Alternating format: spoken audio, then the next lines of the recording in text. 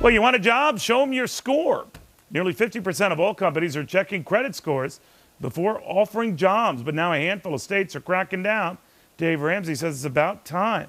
America's favorite financial guru joining now from his hit radio show. You know, by the way, not to digress, I'm looking at the business bestseller list. One of your books you did, I think, about 40 years ago is still on it.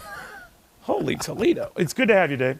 Thank you, Neil. What do you make of this? I mean, I don't mind everyone, trying to be financially up and up and do their thing. But now your credit report is your boss's thing? I don't know about that.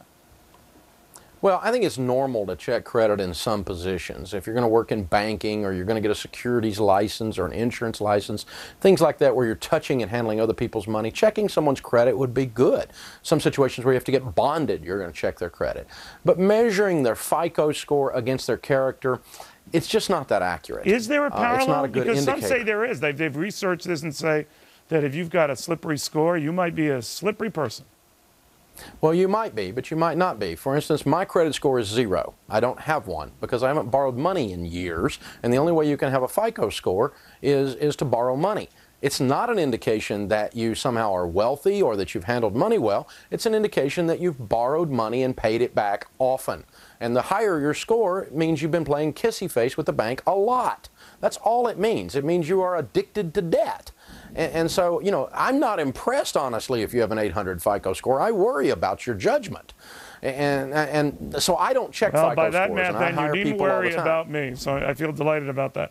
But here's what kind of worries me about it. If you're going to start looking at these credit scores, you're going to start looking at people's weight or their cholesterol level. I think it can be a very slippery slope. Well, it could be on a big brother type of a thing or a philosophical use. But I think bottom line is, what I tell people is they say, well, some company checked my FICO score. I say, well, if they're making their hiring decision exclusively on that, they're too stupid to work for. Go work somewhere else.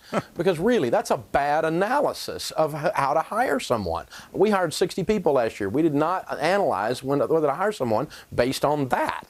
Now, if that's their deal breaker, then that's the thing. But if it's part of the job or it's something to do with the money industry like we were talking about, the financial world, then it makes some slight amount of sense. But this idea, it really goes back to this fact that all of America is now worshiping at the altar of the great FICO. We think somehow it's an indicator for everything, and it's just not. It's not that good a measure. But for almost everything we purchase, for almost everything we apply for credit, it is the barometer. I know not for you and all that, but that is the Holy Grail. So you're not worried that that Holy Grail is getting to be used in a lot more, churches? Well, I think the big deal here is that we got to remember again that this thing's going to be exposed, and it is rapidly becoming exposed as not being a holy grail. Too many people have put too much weight on it. It's one of the causes of the subprime mortgage crisis, as an example. Yeah. And a lot of people in the mortgage industry know that. And so we're backing up and taking a look at this thing and saying, okay, it's a measure, but it's not the measure of a man, the measure of a woman and their quality. That is very well put, Dave. I can see why you have 40-year-old books on the bestseller list. Dave, thank you very much. I'm not kidding. This guy he dominates these charts. It's uncanny.